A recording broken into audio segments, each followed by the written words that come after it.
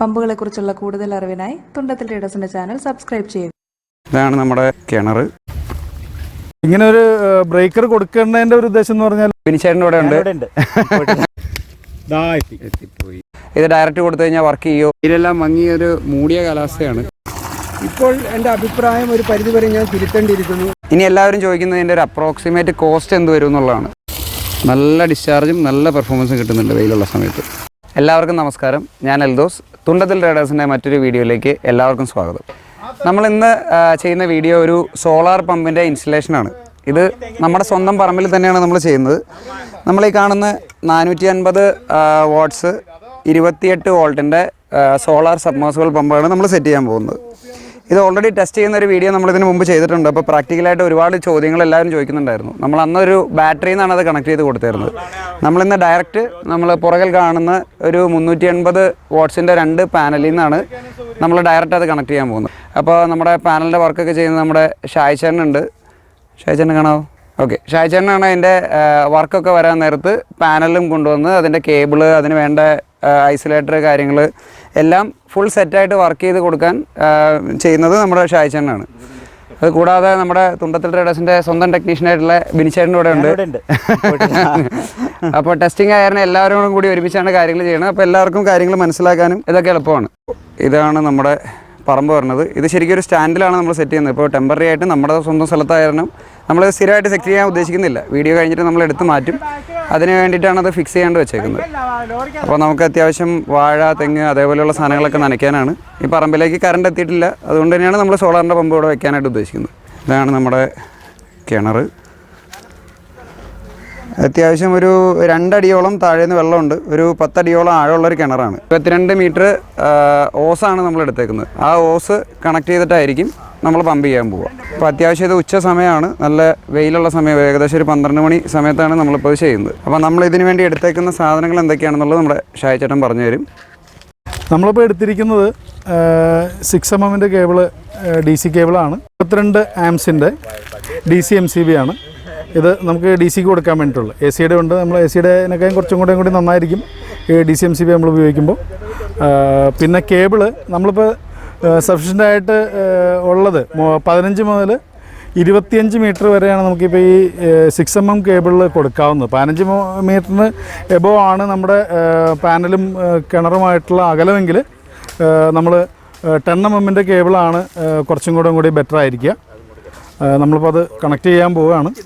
ഇങ്ങനെ ഒരു ബ്രേക്കർ കൊടുക്കേണ്ടതിൻ്റെ ഒരു ഉദ്ദേശം എന്ന് പറഞ്ഞാൽ നമ്മൾ ഈ കണക്ടറൊക്കെ ഏത് നേരം ഇടുകയൊക്കെ ചെയ്യാമെന്ന് പറഞ്ഞാൽ അതൊരു എളുപ്പമുള്ള കാര്യമല്ല. അത് മാത്രമല്ല, അത് ലൂസ് കോണ്ടാക്റ്റ് ഉണ്ടാകാനുള്ള സാധ്യതകളൊക്കെ വളരെ കൂടുതലാണ്. അതുകൊണ്ടാണ് നമ്മൾ ഇങ്ങനെ ഒരു MCB ഉപയോഗിക്കുന്നത്. ഇനി നമുക്ക് ബാക്കി ഫിറ്റ് ചെയ്തിട്ട് കാണാം. ഇനി എല്ലാവരും ചോദിക്കുന്നതിൻ്റെ ഒരു അപ്രോക്സിമേറ്റ് കോസ്റ്റ് എന്ത് വരും എന്നുള്ളതാണ്. 15, 20, 25 ആ ഒരു റേഞ്ചിലുള്ള കേബിളാണെങ്കിൽ 6 ഇട്ടാൽ മതി. അതിന് മീറ്റർ 60 രൂപ വെച്ചാണ് വരുന്നത്. അങ്ങനെ 2 ലെയർ വരും. അപ്പോൾ പെർ മീറ്റർ നോക്കുകയാണെങ്കിൽ 120 രൂപ വെച്ചിട്ട് അതിൻ്റെ മീറ്റർ വരും. മോട്ടറിൻ്റെ ഏകദേശം 14,000 രൂപയുടെ അടുത്ത് മോട്ടറിന് റേറ്റ് വരും.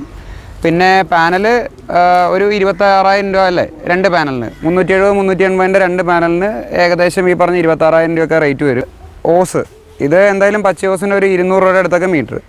എങ്ങനെ പോയാലും റഫായിട്ട് നമ്മൾ കോസ്റ്റ് ടോട്ടൽ ചെയ്ത് വരാൻ നേരത്ത് ഒരു 50-55,000 രൂപയുടെ അടുത്ത് ഇൻവെസ്റ്റ്മെൻറ്റ് എല്ലാ കാര്യങ്ങൾക്കും കൂടെ വരും. പിന്നെ നമുക്ക് എക്സ്ട്രാ വേണ്ടത് ഈ പാനലിനൊരു സ്റ്റാൻഡ് വേണം. ബാക്കി വേറെ ഒന്നും വേണ്ട. ബാക്കി ഏത് സൈഡിലാണെങ്കിലും യൂസ് ചെയ്യാൻ പറ്റുന്ന അല്ലെങ്കിൽ ഉപയോഗിക്കുന്ന സാധനങ്ങൾ ഇതൊക്കെ തന്നെയായിരിക്കും. അപ്പോൾ കേബിൾ അപ്സൈസ് ചെയ്യുന്നതിനനുസരിച്ച് റേറ്റ് കൂടുതൽ വരും. നിങ്ങൾ മാക്സിമം ഈ മോട്ടറും പാനലും തമ്മിലുള്ള ദൂരം മാക്സിമം കുറയ്ക്കാൻ നോക്കുക. ഏകദേശം ഒരു ഈ പറഞ്ഞ 20 മീറ്ററിനുള്ളിൽ നിർത്തുവാണെങ്കിൽ അതായിരിക്കും ഏറ്റവും ബെസ്റ്റ്. നമ്മുടെ ബ്രേക്കർ ഇവിടെ കണക്ട് ചെയ്തു. 380 വാട്ട്സിൻ്റെ 2 പാനൽ, 24 വോൾട്ടിൻ്റെ 2 പാനലാണ് നമ്മൾ വെച്ചേക്കുന്നത്. ഇനി ഇവിടെ മോട്ടറിൻ്റെ വർക്കാണ് നടന്നുകൊണ്ടിരിക്കുന്നത്. മോട്ടറിൻ്റെ വർക്കിൽ ഇതാ കോളർ വെച്ചു, പൈപ്പ് കയറ്റാനായിട്ടുള്ള ഇതൊക്കെ ചിറ്റി വെച്ചിട്ടുണ്ട്. പിന്നെ ഇത് നമ്മളിതെന്തിനാണ് വെക്കുന്നതെന്ന് വെച്ച് കഴിഞ്ഞാൽ നമ്മുടെ മോട്ടർ കെട്ടിയിറക്കാൻ നേരത്ത് നമുക്ക് ഈ മോട്ടറിൻ്റെ ഹോൾ 5 mm ഉള്ളൂ. അപ്പോൾ അതിലേക്ക് ഒരിക്കലും നമ്മൾ കൊണ്ടുവന്ന 12 mm കയറൊന്നും നമുക്ക് കോർത്തെടുക്കാൻ പറ്റില്ല. അപ്പോൾ ഇതേപോലെ 1 മീറ്റർ റോപ്പ് ഇട്ടിട്ട് ഒരു ക്ലാമ്പ് ഇട്ട് ഇതിലേക്കായിരിക്കും നമ്മൾ കയറ് കിട്ടുക. അത് പല സ്ഥലങ്ങളിലും പല രീതിയിലാണ്. ചിലർ എസ്ഹുക്ക് ഉപയോഗിക്കുന്നുണ്ട്, ചിലർ കോപ്പറിൻ്റെ കമ്പി ഉപയോഗിക്കുന്നുണ്ട്. അങ്ങനെ നമ്മൾ യൂസ് ചെയ്യുന്നത് ഇതേ രീതിയിലാണ്. നമ്മൾ വലിയ കിണറാണെങ്കിലും നമ്മൾ ചെയ്തു പോകുന്നത്. വേറെ ചില സംശയങ്ങൾ വരുന്നത് ഈ മോട്ടറിൽ വേറെ വെള്ളം ഫില്ല് ചെയ്യേണ്ട ആവശ്യമുണ്ടോ അങ്ങനെയുള്ളതൊക്കെയാണ്. ഇത് ഓയിൽ കൂൾഡ് മോട്ടർ ആയാലും ഇതിൻ്റെ കൂളിംഗ് ഓയിൽ വഴിയാണ്. അത് ഓൾറെഡി കമ്പനി ഫില്ല് ചെയ്ത് വരുന്നതാണ്. അല്ലെങ്കിൽ നമ്മൾ വേറെ ഒന്നും ചെയ്യേണ്ട ആവശ്യമില്ല. ജോയിൻ്റ് അടിക്കാൻ നേരത്ത് നമ്മൾ ഇതേപോലെ ആദ്യം സാധാരണ ഇൻസുലേഷൻ ചുറ്റി കൊടുത്തിട്ട് അതിന് പുറമേക്കൂടെ ഡബിൾ സൈഡ് നമ്മുടെ വാട്ടർ ടൈപ്പ് നമ്മൾ ചുറ്റി കൊടുക്കണം. ഇല്ലാന്നുണ്ടെങ്കിൽ ആ ജോയിൻറ്റിൽ നമുക്ക് ലീക്കേജ് വരാനുള്ള സാധ്യത ഉള്ളതുകൊണ്ട്.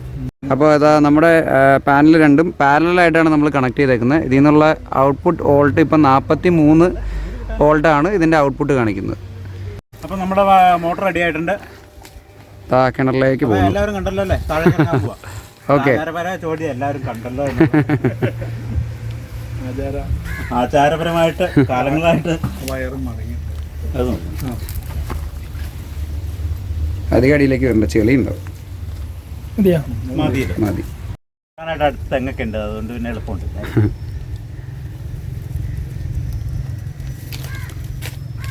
ഓക്കെ, അപ്പോൾ ചേട്ടാ ഒന്ന് ഓൺ ചെയ്യല്ലേ? സ്വിച്ച് ഓൺ കർമ്മം നമുക്ക് തുണ്ടത്തിൽ ഏജൻസീസിൻ്റെ സ്ഥാപകൻ എൻ്റെ ഫാദർ തന്നെയാണ്, ആളായിരിക്കും ചെയ്യുക. ഓക്കെ, പൈപ്പിൽ എയർ കയറുന്നുണ്ടോ നോക്കിയേ. അല്ലേ, അങ്ങനെ വെള്ളം കയറി വന്നു തുടങ്ങി. ഡ്രൈവായി വരണം. ഇപ്പോൾ പൈപ്പ് പയ്യെ നിറഞ്ഞ് വരണം, അതിനൊരു ചെറിയ ഡിലേ എടുക്കും. വരുന്നുണ്ട് കേട്ടോ. വെയിൽ പറഞ്ഞു എത്തിപ്പോയി. ലോഡായി വരണം, അതല്ല എൻ്റെ ഫോഴ്സ്. ഇപ്പോൾ ഒന്ന് പയ്യൊന്ന് വെയിലൊന്ന് മങ്ങി. വേണ്ട, ഇത് നന്നായിട്ട് ലോഡാകും. നമുക്ക് കാഴ്ചയ്ക്ക് വെള്ളം ഒടിഞ്ഞാൽ വീണെങ്കിലും ഇതിന് നല്ല വെള്ളത്തിന് അളവുണ്ട്. അതാണ്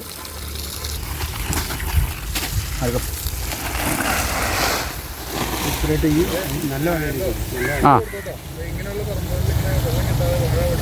അതെ.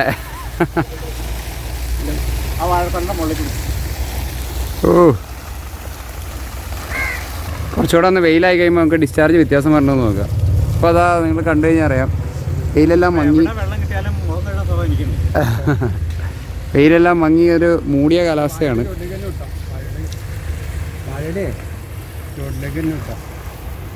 നല്ല തണുത്ത വെള്ളം. ഫോഴ്സ് തോന്നിക്കും. ഇതിപ്പോൾ പൈപ്പ് റെഡ്യൂസ് ചെയ്ത് നമ്മൾ 1.25 കഴിഞ്ഞ് കഴിഞ്ഞാൽ ജെറ്റിങ്, അതായത് ഫോഴ്സ് കൂടുതൽ തോന്നിക്കും, പക്ഷേ അളവ് കുറഞ്ഞു പോകും. എല്ലാവരും ചോദിക്കുന്നതാണ്. നമ്മളതിൻ്റെ അറ്റത്ത് കൊണ്ടുപോയി ഒന്ന് റെഡ്യൂസ് ചെയ്ത് വെച്ച് കഴിഞ്ഞാൽ കുറച്ചുകൂടെ ഫോഴ്സിൽ ദൂരെ വെള്ളം പോയി വീഴും. നമ്മൾ കൂടുതൽ ഉപയോഗിക്കുന്നത് ഇലക്ട്രിസിറ്റി ബോർഡിൻ്റെ സഹായം ലഭ്യമാകാത്ത സ്ഥലങ്ങളിലാണ് കൂടുതൽ നിർദ്ദേശിക്കുന്നത്. അതായത് ഇപ്പോൾ ഓരോ സ്ഥലത്തേക്ക് കുറേ അധികം ലൈൻ വലിച്ചു കൊണ്ടുപോകേണ്ട കേസുണ്ട്.